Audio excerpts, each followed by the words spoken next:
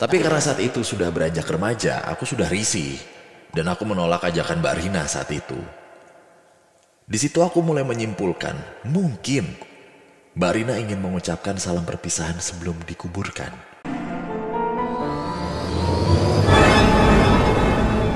Kita masuk cerita kedua di sesi kali ini. Yang mana cerita pertama tadi sudah dibacakan oleh Mas Danu. Sekarang kita masuk ke cerita kedua. Dan sebelum mulai, jangan lupa untuk di like video ini ya. Kita lupa ngingetin tadi tuh. Ya. Oke, terima kasih. Terima kasih. Halo Mas Danu dan Mas Bimo, aku Ega. Ini nama samaran dari kota Semarang di Jawa Tengah. Terima kasih kalau ceritaku lolos buat dibacain di podcast Malam Kliwon. Aku dulu iseng ngeklik podcast Malam Kliwon gara-gara gabut banget. Ngoreksi kerjaan siswa. Sampai sekarang akhirnya Pot Mawon jadi peneman di perjalanan. Waduh. Oke, maklum jarak rumah ke kerjaanku sekitar 45 menit. Oh, dia ini jadi salah satu kebanggaan juga nih buat teman Kliwon yang denger di Spotify ya. Kalau udah namatin. Iya. Jadi udah tamat nih. Karena 450 episode lebih ya. Iya. Oke, mari kita cukupkan jilat-menjilat ini katanya. Oke, langsung aja aku cerita. Ini adalah salah satu kejadian yang cukup membekas buatku dan keluarga besar dari Mama. Semua nama di cerita ini sudah aku samarkan agar menjaga privasi keluarga. Sekitar tahun 2008, waktu itu aku masih kelas 8 atau kelas 2 SMP. Keluarga besar dari mamaku mendapatkan pukulan yang sangat berat karena kami harus kehilangan salah satu keluarga kami. Kakak sepupuku ini adalah anak dari Bude. Sebut saja Mbak Rina. Mbak Rina ini sudah menikah dengan Mas Yono. Mereka sudah menikah sekitar 7 tahun dan belum dikaruniai anak. Sebetulnya, dulu Mbak Rina pernah hamil, anak kembar. Tapi keguguran di usia kandungan 4 bulan. Nah, kita balik ke ceritanya. Mbak Rina dan Mas Yono ini merantau ke Semarang ceritanya. Di mana itu adalah tempat tinggalku karena pekerjaan mereka yang menuntut mereka untuk merantau ke Semarang. Mbak Rina ini punya adik, namanya Mbak Lala. Mbak Lala ini sering mengunjungi Mbak Rina dan Mas Yono, biasanya tiap weekend. Suatu hari, saat itu hari Sabtu, Mbak Rina dan Mas Yono berencana ke Solo untuk kulakan baju atau jualan baju. Ya, sampingan mereka adalah menjual batik dan daster dari Solo karena harganya jauh lebih murah dibandingkan di Semarang. Mereka berencana sekalian ingin mampir ke rumah Mas Yono di Sleman untuk menyapa orang tuanya sebentar. Saat itu, bertepatan Mbak Lala sedang berkunjung. Jadi Mbak Rina menitipkan Mbak Lala ke teman sebelah kontrakannya dan menyampaikan kepada Mbak Lala kalau mereka akan langsung pulang tanpa nginep. Sekitar jam 1 pagi, Papa mendapat telepon yang diikuti teriakan Mama yang panik. Aku terbangun dan keluar kamar lalu bertanya ada apa, Pak? Papa tidak menjawab dan langsung keluar untuk memanasi mobil. Mama memintaku untuk bersiap-siap. Aku yang masih setengah sadar langsung mengikuti arahan Mama tanpa bertanya lebih lanjut. Kami menggunakan mobil L300 milik Papa. Anehnya, tetangga-tetangga kanan kiriku ikut bersama kami. Oh ya, sebelum berangkat, kami menjemput Mbak Lala di kontrakan temannya Mbak Rina. Semua orang berwajah muram dan tidak ada satupun yang mengobrol selama perjalanan. Karena aku masih mengantuk, akhirnya aku tertidur di mobil. Mama membangunkanku dan memberitahu kalau kita sudah sampai di tujuan. Hari sudah mulai pagi, seingatku sekitar pukul 5 atau 6. Ternyata aku terbangun dengan posisi mobil terparkir di gedung parkiran RS Bethesda Jogja. Aku mulai curiga dan jantungku berdebar kencang. Kami semua berjalan memasuki RS dan ternyata kami menuju ruang ICU. Kami disambut dengan tangisan Bude yang pecah ketika melihat kami. Di situ aku baru tahu ternyata Mbak Rina dan Mas Yono mengalami kecelakaan. Bude cerita sambil terseduh-seduh. Malam itu saat mereka akan pulang dari Sleman ke Semarang, Mas Yono mengendarai motor, ya nih kami sensor lah ya, warna kuning orange dengan kecepatan sangat tinggi. Karena memang jalanan di Sleman sangat sepi saat malam hari. Naasnya, ada mobil dengan kecepatan tinggi juga yang keluar dari gang. Dan terjadilah tabrakan. Jadi posisinya itu kayak huruf T. Nabrak tuh berarti sampingnya itu ya. Duar. Ya. Mbak Rina dan Mas Yono langsung dibawa ke rumah sakit terdekat. Namun sayangnya Mas Yono sudah meninggal di tempat karena luka yang cukup parah. Tulang rusuk Mas Yono patah dan menusuk paru-parunya. Sedangkan Mbak Rina dirujuk ke rumah sakit Bethesda untuk penanganan lebih lanjut. Kembali lagi ke suasana di depan ruang ICU rumah sakit Bethesda. Setelah mendengarkan cerita Bude, kami bergantian untuk masuk melihat Mbak Rina satu persatu. Karena memang terbatas. Karena aku takut, aku gak berani masuk sendiri dan minta mama untuk menemaniku. Kami menggunakan baju lapis hijau, penutup rambut, sandal khusus, dan masker saat masuk. Tangisku pecah saat melihat Mbak Rina, karena aku sangat dekat dengannya. Badan Mbak Rina dipenuhi dengan alat dan selang. Badannya juga lebam-lebam dan penuh luka. Tangan dan kakinya sudah digips. Ada selang juga di mulut Mbak Rina. Pokoknya seluruh tubuh Mbak Rina tidak terlewat dari peralatan medis. Setelah menengok Mbak Rina, kami sekeluarga ke Sleman untuk mengikuti pemakaman Mas Yono. Aku gak kuasa membendung tangisku. Aku sangat kehilangan Mas Yono. Mas Yono dimakamkan satu liang dengan kedua anak kembarnya yang sudah dikuburkan. Setelah pemakaman berakhir, kami kembali lagi ke rumah sakit untuk menemani Bude, Pak D, dan Mbak Lala.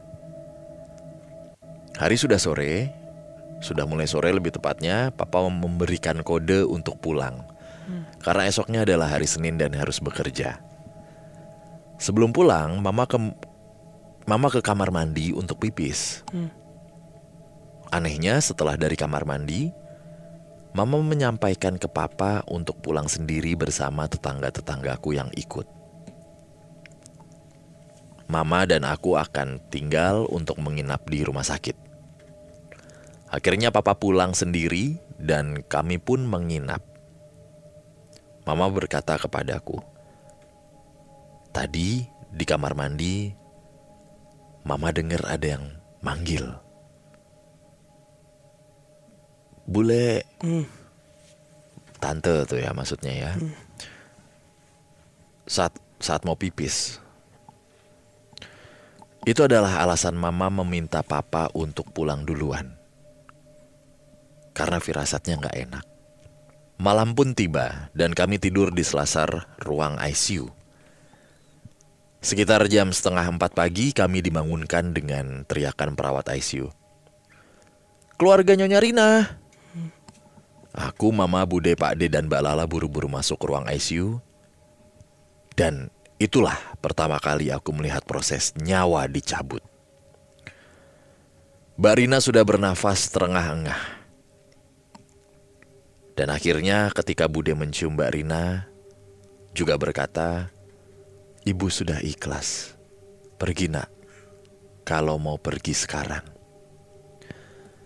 Monitor detak jantung langsung berbunyi, tit, panjang dan bergaris lurus. Mbak Rina sudah tiada. Singkat cerita, Mbak Rina sudah sekalian disucikan dan diletakkan di dalam peti sebelum dibawa pulang.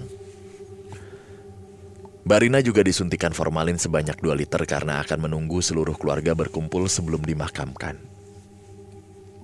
Sedihnya Mbak Rina dan Mas Yono tidak dimakamkan bersebelahan.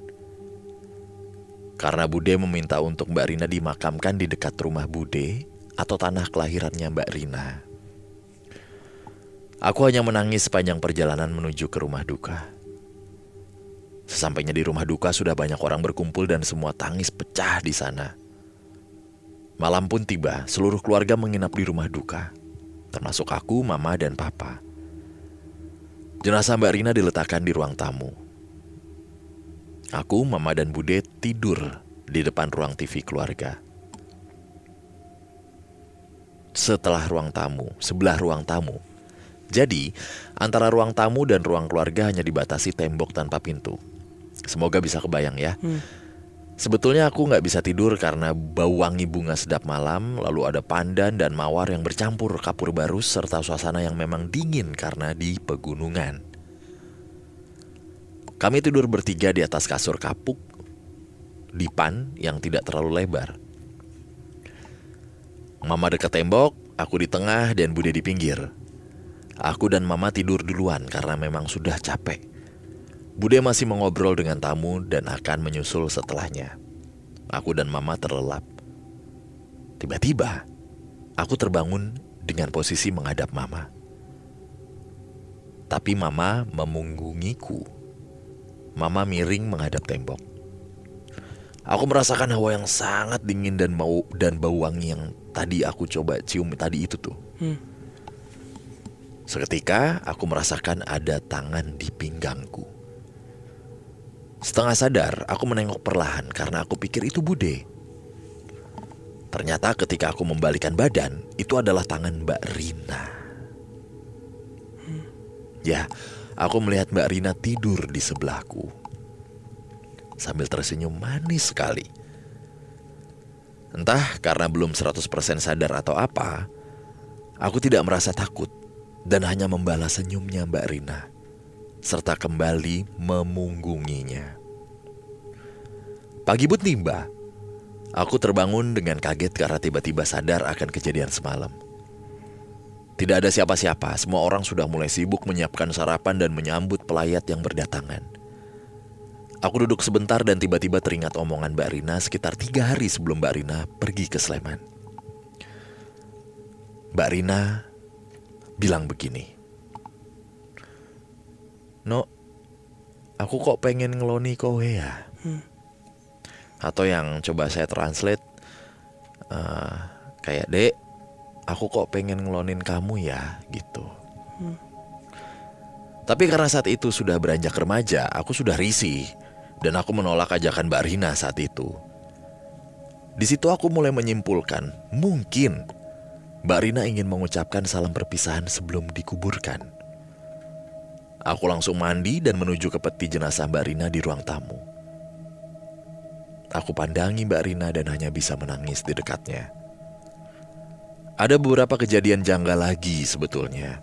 Jadi, saat Mbak Rina dinyatakan meninggal, Pak D langsung menelpon Papa untuk pergi ke rumah Pak D dan mempersiapkan rumah duka. Papa sebenarnya cukup takut untuk pergi sendiri saat itu. Tapi Papa tetap mengegas motornya gitu ya ke rumah duka. Saat berangkat, Papa mengingat-ingat untuk isi bensin karena indikator bensin tuh sudah berada di area merah ujung bawah. Sayangnya Papa lupa saking takutnya. Maklum saat itu subuh dan Papa harus melewati pegunungan dengan hutan cengkeh lebat untuk sampai di rumah Pak D. Sesampainya di rumah duka, Papa baru sadar. Seharusnya gak mungkin motor bisa sampai tanpa diisi bensin, mengingat perjalanannya cukup jauh, sekitar 1,5 jam perjalanan. Kami yang mendengar cerita itu gak bisa berkata apa-apa. Kata teman-teman kami yang muslim, walau alam. Ada lagi, setelah pemakaman selesai dan kami sekeluarga kembali ke rumah di Semarang, kami mutusin untuk tidur keruntelan bertiga. Karena jujur kami takut. Maksudnya tuh ini ya, dempet-dempetan. Iya, dempet-dempetan. Gitu. Kami masih terbayang-bayang Mbak Rina dan Mas Yono. Parah juga nih, masih kebayang nih. Masih bayang-bayang takut keluarga sendiri. Ya gimana bro, tragis gitu bro. Iya sih. Malam pertama tidur di rumah, saya mengalami tindihan. Saya merasa ada tangan di atas bahu saya, seperti hendak menjulur ke dada saya. Saya berusaha berteriak tapi tidak ada suara yang keluar. Saya berusaha, ekor mata saya tuh berusaha melirik. Papa saya yang berada di tengah menghadap ke mama saya dengan posisi munggungin saya. Saya sempat kesel karena Papa munggungin saya ditambah tidak ada suara yang saya keluarkan sedikit pun gitu. Akhirnya dengan sekuat tenaga saya coba untuk berteriak dan berhasil tuh. Akhirnya tuh Papa gitu tuh. Wih, pernah tuh gitu tuh gue tuh. Papa kaget dan langsung nanya ke saya apa yang terjadi. Kami mutusin untuk berdoa setelah mendengar cerita saya. Cerita terakhir saat motor merek itu yang Mas Yono sudah ditebus Bude dan Pak Ade dari Polsek Sleman. Keluarga Bude memutuskan hendak menjual motor itu. Tiba-tiba suatu malam motor yang diparkirkan di garasi tersebut nyala dengan sendirinya. Entah karena makhluk-makhluk sekitar ikutan jahil atau gimana, kita nggak tahu lah. Ya mungkin cukup sekian cerita saya, Mas Bimo dan Mas Danu. Mohon maaf banget cerita ini panjang dan maaf kalau nggak serem. Semoga Mas Bimo dan Mas Danu serta teman-teman yang mendengarkan sehat selalu. Pesannya adalah tetaplah berdoa dan berhati-hati saat berkendara walaupun di jalan sepi sekalipun. Shalom. terima kasih Mas Ega ya dari Semarang, Jawa Tengah. Yes. Jadi ini pengalaman dari keluarga besarnya. Ya. Ya. Tragis ini ya, ini cerita tragis nih. Salah satu dari sekian banyak cerita tragis yang masuk ke PMK nih. Ya, betul. Duh, Sedih ya. sedih cuy. Dari rentetan kronologi kejadian harunya sebenarnya ya, dari yang kehilangan anak, Iya. kembar gitu ya. Terus kita juga mendengar tadi ada usaha jualan yang harus Berarti bolak-balik ke Solo, Jogja, Solo, Semarang Semarang. gitu-gitu. Joglo Semar tuh. Mm-mm, Jogja, Solo, Semarang. betul. Ya ini kan ibaratnya kalau di agama gua gitu ya, kecelakaan ketika lagi nyari nafkah tuh Ya, syahid gua gitu. dengar. Bener. Iya cuy. Tahu tuh gua. Lagi nyari nafkah kan ibaratnya mereka nih Iya. malam itu tuh. Tapi di luar cerita ini ada hal unik yang gue langsung kebayang dan relate. Mungkin tadi nggak gue sebutin. Motor yang disebutkan tuh motor-motor ciri khas.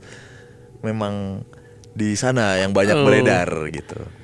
Bahkan sampai Pak, Icon-icon ya ya? bahkan sampai Pak D-nya tuh, Iya. yang motornya habis bensin. Kalau itu sebenarnya mungkin ada faktor Pak D-nya lupa. Karena kan takut subuh lewat pegunungan. Kok bisa sampai dituntun itu padahal. Kok bensin nggak habis tapi keringetan banget ya. Goblok bener. Bensin kok nggak habis loh mas. 1,5 jam loh mas. Nggak habis. Tapi kok ini Tapi keringet. kok basah kuyup aku ya. Betis mau meletus nih. Ya sampean dorong itu. Oh. Pantes kok ngosahan gitu ya mas. Goblok. Kenapa ini? Goblok bener. Tapi nggak apa-apa Pak De. Mendingan dituntun daripada ditintin.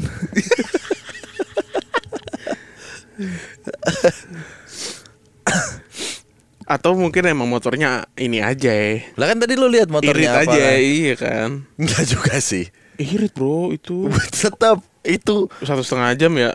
Iya, Iya guys. sih. Naik gunung lagi Naik gunung nanjak-nanjak. kan ada torsi yang dibutuhkan dan pembakaran yang prima, iya. Pak. Iya, dengan motor sejenis Ya itu kan. Dituntun. Ya coba teman Kliwon. Tebak ada motor. ada dua motor di sini ya. Motor yang dipakai sama almarhum Mas Yono dan Mbak Rina. Satu lagi motor yang digunakan Pak D. Betul ya, Pak D ya tadi ya. Lupa. Padanya. Cluenya yang satu yang digunakan almarhum adalah motor laki lah. Kopling. Motor kopling. Motor kopling. Yang ada tangkinya. Lampunya yang... kotak. Enggak juga. Enggak juga. Enggak tahu dia enggak, tahun enggak. kapan ya. Udah nggak usah pakai lampu, udah Oh, pokoknya iya. gitulah. Dan itu banyak beredar memang di Jogja, Solo, ya Jogja, Semarang lah gitu. Yang satu lagi dipakai Pak D-nya, motor bebek. Bebek. Lawas. Lawas. Nah. Nggak lawas-lawas banget sebenarnya. Kita masih merasakan, dan itu motor bebek yang banyak dipakai tukang ojek dulu. Iya. Iya kan? Gue suka banget sayapnya. Nah, Sayapnya tuh ini cantik gitu, antik lah, mantep. nggak lawas-lawas banget lah. Oke, Gitu. di cerita ini juga akhirnya lagi-lagi ya teori kita ya, ruangan terseram di rumah sakit itu terseram nih banyak ya indikatornya ya. Tapi ruangan yang tegang, yang seram gitu, ICU. ICU bukan kamar jenazah atau kamar mayat gitu ya. Karena di situ tuh proses ininya tuh. Kalau ini kan dia ceritanya masih sekolah ya waktu itu ya. Masih SMP. Masih apa? SMP. Jadi core memory tuh, Bran. Lu ngeliat saudara lu di ICU sekarat, terus dibisikin sama budenya gitu, sama nyokapnya, udah Ndo, udah ikhlas, kalau kamu mau pergi aja sekarang. Terus langsung itu tuh core memory kalau kata anak sekarang. Iya. Nempel banget tuh. Apalagi yang menarik ya dari cerita ini ya? Ada satu kalimat yang harusnya lo bacain nih dengan karakter lo. Gue lupa yang mana. Gue lagi. Ada. Oh, pas ini tadi tuh juga serem tuh.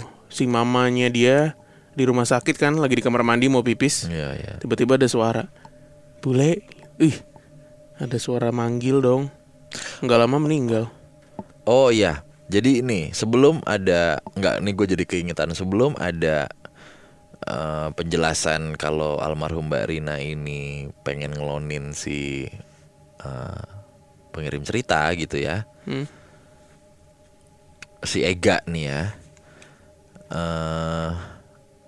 Gue tuh pengen bilang gitu,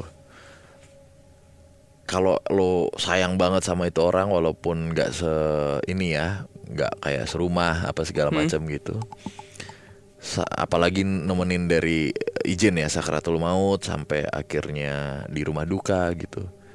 Kejadian kayak tadi tuh belum tentu makhluk halus gitu yang lo diklonin kayak gitu, paham gak? Karena kan lo lagi ini banget ya, deep banget ya, mikirin gitu ya segala history, segala kenangan gitu, sampai akhirnya ke bawah tidur, apalagi posisinya capek banget gitu ya. Gue waktu eyang gue di Solo tuh meninggal juga gitu, lagi tidur malam ada bude gue yang tiba-tiba teriak gitu, kangen segala macam. Mulai tuh kan keluarga besar kan, banyak tuh klan atau korps cucu-cucu tuh, gue masuk ke korps cucu-cucu tuh banyak banget. Ada aja yang cerita gitu, bla bla bla bla bla gitu. Kita nangis gitu. Iya, mungkin iya bisa juga ya dari sisi psikologi ya, karena kitanya gitu juga lagi kesedihan yang sangat dalam, terus memori-memori tentang almarhumah nih kental gitu kan, dan berulang terus sampai akhirnya bisa terwujud atau termanifestasi gitu di depan kita. Terutama mereka-mereka yang bener-bener deket banget dari selama hidup gitu. Ya bisa juga jadi terproyeksikan tuh kerinduannya gitu ya, rasa kehilangannya gitu. Oke. Aduh, mana tadi ya? Ya udahlah, lupain aja. Yang mana sih? Ada gue nggak inget. Oke, tadi cerita dari Kak Ega ya. Gue nggak tahu nih dia perempuan atau laki-laki ya. Namanya cukup unisex. Terima kasih ceritanya. Sehat-sehat buat Kak Ega di Semarang. Jangan lupa juga untuk mampir-mampir ke Spotify buat teman Kliwon yang ada di YouTube. Karena di Spotify juga PMK aktif banget. Kita udah rilis lebih dari 450 episodes. Jadi jangan takut kehabisan. Kalau mau maraton dari awal, silakan aja. Oke? Terima kasih sudah menonton. Sampai ketemu di video berikutnya.